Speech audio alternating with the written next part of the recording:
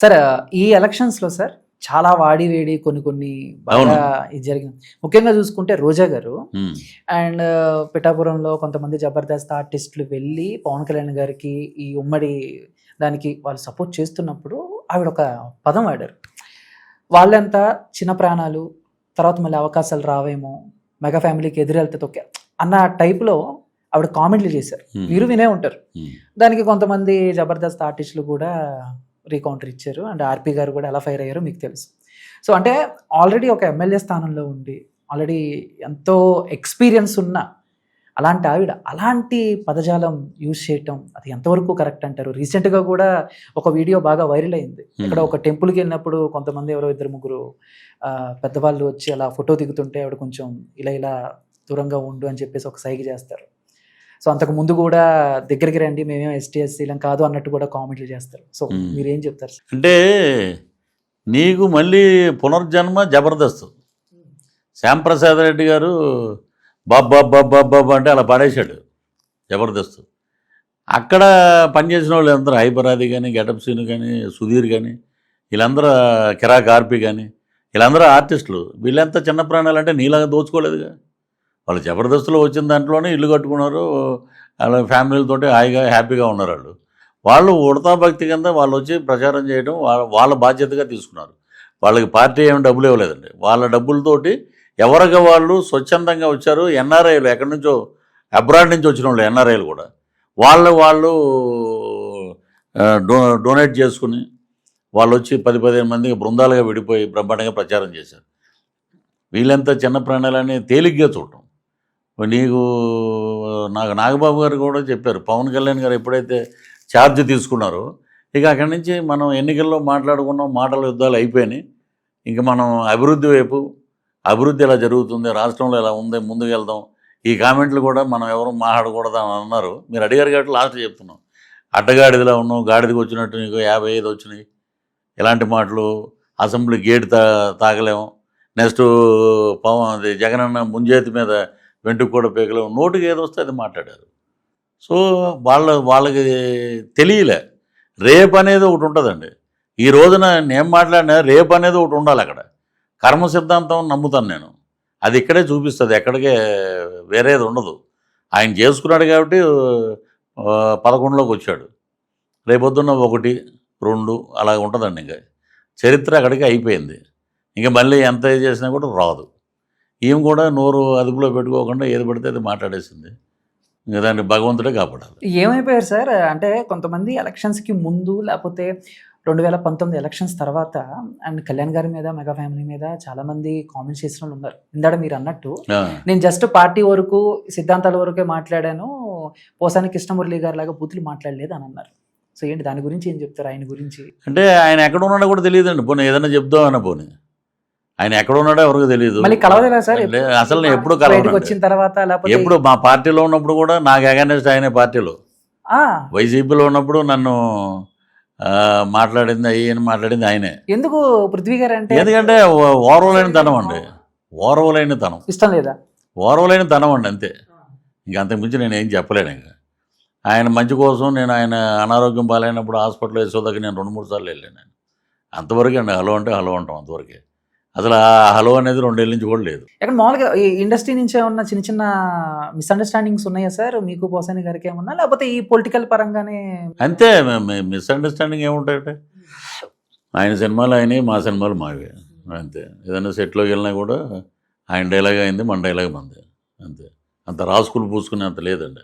సరే, కళ్యాణ్ గారిని గెలిపించడం కోసం మీరు, మీలాంటి ఆర్టిస్టులు, మొత్తం జన సైనికులు అందరూ కూడా ఆయన గెలుపు కావాలని చెప్పేసి, ఇలాంటి టైంలో ఒక సొంత ఫ్యామిలీ నుంచి అల్లు అర్జున్ గారు వైసీపీలో ఆయన ఫ్రెండ్కి సపోర్ట్ చేయటం అనేది పెద్ద వివాదం, పెద్ద దుమారమే. అండ్ ఆయన వెళ్ళి చెయ్యూపి అలా ఓకే, అదంతా ఓకే, కానీ బట్ ఆయన మాట్లాడిన మాటలు అంటే తను వద్దన్నాడు బట్ నాకే రావాలనిపించి వచ్చాను అనేది కూడా రకంగా కొంచెం ఎక్కడో మెగా ఫ్యాన్స్ వరకు హట్ అయ్యారు అనేది నిజం. సో, మీరు ఎలా చూస్తారు దీన్ని? ఏ కోణంలో చూస్తారు? అంటే అది వాళ్ళతో పాటు బాగా అటాచ్గా ఉన్న బన్నీవాసు గారే మాట్లాడలేదు దాని మీద. ఏదో ఎక్కడో తప్పు జరిగిందండి అని. ఇప్పుడు చిరంజీవి గారికి అలాంటి అసలు ఇష్టం ఉండదండి. ఆయన ప్రతి సంక్రాంతికి 40 మంది 50 మందిని ఫ్లైట్లో కుటుంబాన్ని మొత్తం బెంగళూరు తీసుకెళ్ళి సంక్రాంతి సంబరాలన్నీ చేస్తారు. మరి ఇది ఏదన్నా దాంట్లో ఏదన్నా లొసుగున్నా, దాంట్లో ఏదన్నా లాజిక్ ఉన్నా అది పెద్దన్నయే దాన్ని వాళ్ళు మాడుకుంటారు. It is a family matter, కుటుంబ వ్యవహారం. అంటే మామూలుగా దాంతో ఫ్యాన్స్ ఏంటంటే ఇటేమో బన్నీ హెడ్ అవతల లక్షల జనం, అటు రామ్ చరణ్ గారు హెడ్ వెనకాల అటేపు తక్కువ జనం ఉన్నారు. ఇలాంటివన్నీ వాళ్ళు అందరూ కలిసిమెలిసే ఉంటారండి. ఏదో టీ కప్లో తుఫాన్ లాంటిది ఇది. అంతే అంటారు. అంతే. అంటే మామూలుగా ఇప్పుడు ఇందాక మీరు అన్నారు ముగ్గురు కూడా బయట వ్యక్తులనే క్షమించేస్తారు. ఇక అంతే. ఇప్పుడు బయట వ్యక్తులనే క్షమించినప్పుడు కుటుంబంలో వ్యక్తులను ఎందుకు క్షమించరండి? రేపు పొద్దున్న రామ్ చరణ్ గారి సినిమా పెద్ద హిట్, నేషనల్ అవార్డు వచ్చింది, నువ్వు కూడా కొట్టావన్నా అని ఆయన అంటాడు, అనొచ్చు. ఈయన సినిమా హిట్ అయినప్పుడు వాళ్ళందరూ సరదాగానే ఉంటారండి. అది ఈ మధ్యలో ఫ్యాన్స్ హడావిడి తప్పితే ఇంకేముండదు. సార్ ఇప్పుడు మీరు జనసేనలో ఉన్నారు అండ్ ఎలక్షన్స్ అయిపోయినాయి, మళ్ళీ 29లో ఎలక్షన్స్ వస్తాయి కదా. ఈ గ్యాప్లో ఏమన్నా మీకు ఇంకేమన్నా ఇంట్రెస్ట్ వచ్చి ఎక్కడైనా సీట్ ఇస్తే కళ్యాణ్ గారు పోటీ చేయడానికి రెడీగా ఉన్నారా? మీకు ఆ ఇంట్రెస్ట్ ఉంది? ఇందాడు అన్నారు అసెంబ్లీకి వెళ్ళి ఇది స్క్రిప్ట్ అని చెప్పాలని ఉంది నాకు అని చెప్పేసి. సో ఉందా మీకు మైండ్లో? అంటే అది ముందు 2029లో చూద్దామని నేను కూడా ఆగిపోయా. ఇప్పుడు మామూలుగా కార్యకర్తగా మనం అసెంబ్లీకి వెళ్ళొచ్చు, పాస్ చేసుకుని. మినిస్టర్లు అందరూ మనోళ్ళే కాబట్టి అడిగి పాస్ చేసుకుని. సార్ ఆప్షన్ ఉందా సార్? ఏది ఇప్పుడు మీరు చెప్పిన ఆప్షన్ ఉందా? ఆప్షన్ ఉందండి. 2029 డెఫినెట్గా నిలబడతాం ఈసారి. ఎందుకంటే మనం తిరిగినట్టు ఎవడో తిరగడు. 5 గంటకి నియోజకవర్గంలో ఉంటాం. ముందు మేము ఏమనుకుంటామంటే 2029 ఎలక్షన్కి ఒక నియోజకవర్గం అనుకుని, ఆ నియోజకవర్గంలో 1 year బిఫోర్ నుంచి, అయ్యా నేను వస్తే మీకు పనికొస్తే నేను పనికొస్తాను పని చేయటానికి, లేదు మీరు పనికిరారు అని మొత్తం ఓవరాల్గా ఓటింగ్ వస్తే నేను డ్రాప్ అవుతా, మీరు చేయండి అని అంటే బ్రహ్మాండంగా నిలబడతాం. ముందు జనాల గురించి మాట్లాడుకోవాలి మనం. అప్పటికి సువర్ణ యుగం వైపు ఉంటుంది 29కి. సో డెఫినెట్గా సీట్ ఆశిస్తాం ఈసారి, డెఫినెట్గా నిలబడతాం. ఓకే. సరే ఇప్పుడు వైసీపీలో కొంతమంది ఉద్దండులు ఉన్నారు సార్, మాటకారులు ఉన్నారు. అండ్ అప్పటికి వాళ్ళ సొంత నియోజకవర్గంలో 1-2 సార్లు గెలిచిన రికార్డు కూడా కొంతమందికి ఉంది.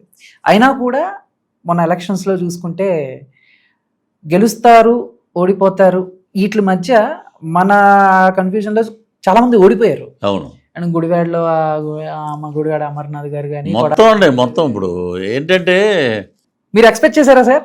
ఎక్స్పెక్ట్ నేను 2 ఏళ్ళ ముందే చేశా. మేము ఒక యాడ్ ఒకటి చేసాం, ల్యాండ్ టైటిలింగ్ యాక్ట్. ఆ యాడ్ 50% ఉపయోగపడిందండి ఎలక్షన్లో. 80 ఏళ్ళు వచ్చిన ముసలోడు కూడా రేపొద్దున మన ఆస్తి పోద్దేమో అని వచ్చి తెల్లవారుజామున 2 వరకు కూడా ఓట్లు వేశారు.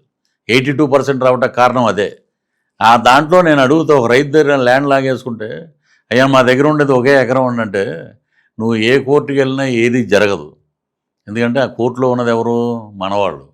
నీకు జరగదు అంటే కూలబడిపోతాడు రైతు. ఏనారైనా ఫ్యాన్ వేయమంటావా అంటా నేను. వద్దు బాబు, 4 ఏళ్ళ నుంచి చేస్తానే ఉన్నారు, వద్దండి అని. అది ఇంపాక్ట్ వెళ్ళిపోయింది జనాల్లోకి. ల్యాండ్ టైటిలింగ్ యాక్టు రాగానే రద్దు చేశారు మొన్న. అలాగే శ్మశానాలు వాళ్ళు రాళ్ళు వాళ్ళే పాతి, ఆఖరికి సులభ కాంప్లెక్స్ మీద కూడా వైఎస్ఆర్ రంగులేసి మొత్తం రాష్ట్రం ఎలా అయిపోయిందో చూసారో. ఒక 10 ఏళ్ళు వెనక్కి వెళ్ళిపోయింది.